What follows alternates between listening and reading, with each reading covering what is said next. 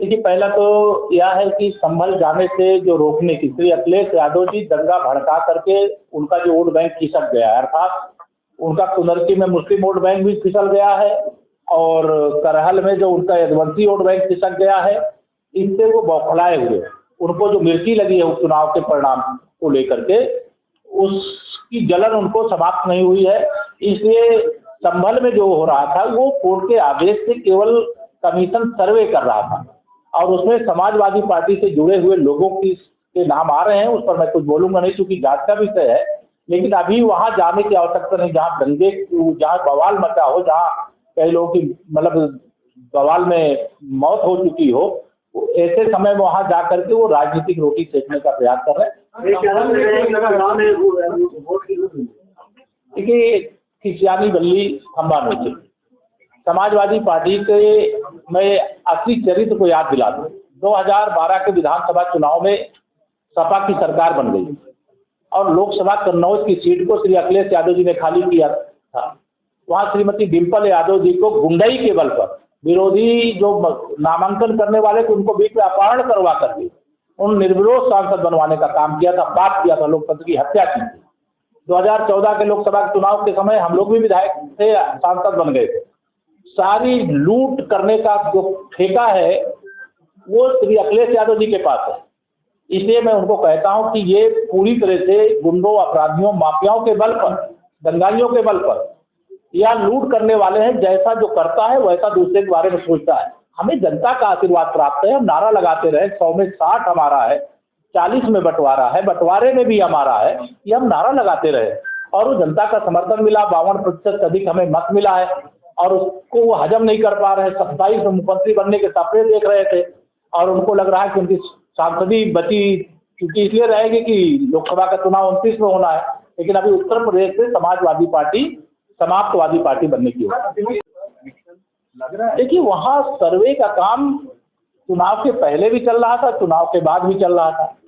ये समाजवादी पार्टी का मैंने कहा कि मैं उस पर अभी टिप्पणी नहीं करना चाहता, जांच चल रही है, मुकदमा लिखा गया है, उनका सांसद उसमें अभियुक्त बना हुआ है। तो उनको यह सोचना चाहिए कि समाजवादी पार्टी पर ये उंगली क्यों उठ रही है, क्यों जांच में वो दोषी पाए जा रहे हैं। मतलब यह जो घटना है उसका क्या कनेक्शन है, वो सब धीरे जांच के आधार पर सामने आएगा। श्री राहुल गांधी जी, श्रीमती प्रियंका वाड्रा जी, श्री अखिलेश यादव जी, ये तीनों सांसद हो गए। मतलब इनकी शक्ति पीड़ा संभल के अंदर जो बवाल हुआ उसको लेकर के नहीं है, जो इनकी करारी पराजय हुई है उससे ये बौखलाए हुए, ये बौखलाहट में दिए जाने वाले बयान है। अभी ये मान लीजिए कि राहुल गांधी जी जो झूठ बोलने की ऑटोमेटिक मशीन है, देश के प्रधानमंत्री जी के प्रति निरंतर आप शब्दों का प्रयोग करते हैं और जब वो प्रधानमंत्री जी को गाली देते हैं तो देश को 140 करोड़ जनता को गाली देते हैं। आज कांग्रेस की क्या हैसियत हो गई कि नेता प्रतिपक्ष भी उनका महाराष्ट्र में नहीं बन पा रहा। तो यह उनको आत्ममंथन करना चाहिए, आत्मचिंतन करना चाहिए। भाजपा मतलब सुशासन की गारंटी, सुरक्षा की गारंटी, विकास की गारंटी, लेकिन अराजकता फैलाने का काम अगर सफाई करेंगे तो खामियाजा भी भुगतेंगे। श्री अखिलेश यादव जी चूंकि दंगा मशीन चलाने वाले रहे हैं, उनके शासनकाल में पूरा प्रदेश ही दंगा प्रदेश बन गया। इसलिए उनके इस प्रकार के बयानों को और पहले के बयानों को सब निकाल करके देखेंगे तो उनके बयान सदा गैर जिम्मेदाराना लगते हैं। जब उनको शांति बनाए रखने की अपील करना चाहिए उस समय वो लोगों को भड़काने के लिए कोशिश कर रहे हैं। तो श्री अखिलेश यादव जी का राजनीतिक भविष्य इसीलिए संकट है कि सरकार की ओर से देश के सभी प्रदेशों में निमंत्रण कुंभ में आने के लिए लेकर के जाने वाले हैं। दुनिया में भी भारत सरकार के जो दूतावास है वह भी दुनिया भर के जो श्रद्धालु हैं या विश्व के सबसे बड़े धार्मिक मेले को देखने की इच्छा रखते हैं, उनको आमंत्रित करने के लिए उनको निमंत्रण देने की आवश्यकता नहीं। श्री राहुल गांधी जी कहते हैं उनके नाड़ा यहाँ प्रयागराज में गड़ा है तो उनको तो प्रयागराज में उनको तो स्वयं बुलाने जाना चाहिए।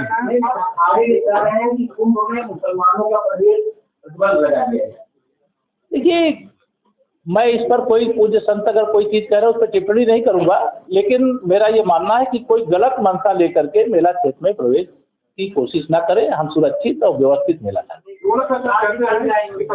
सुरक्षित है।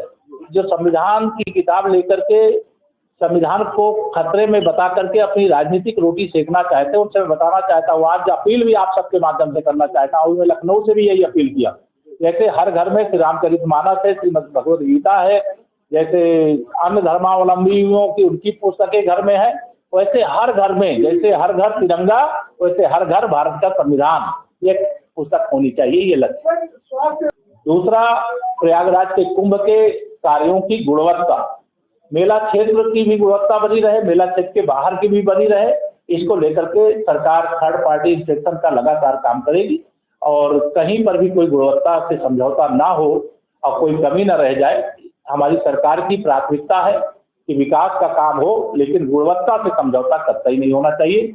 और जो गुणवत्ता को सही नहीं रखेगा, जांच में दोषी पाए जाने पर, ये सपा की सरकार नहीं है, ये भाजपा की सरकार है, डबल इंजन की सरकार है, जो दोषी पाया जाएगा तो भविष्य में उसको ठेकेदारी करने का भी मौका नहीं मिलेगा, अधिकारी बनने का भी मौका नहीं मिलेगा, लेकिन जेल जाने का मौका जरूर मिलेगा।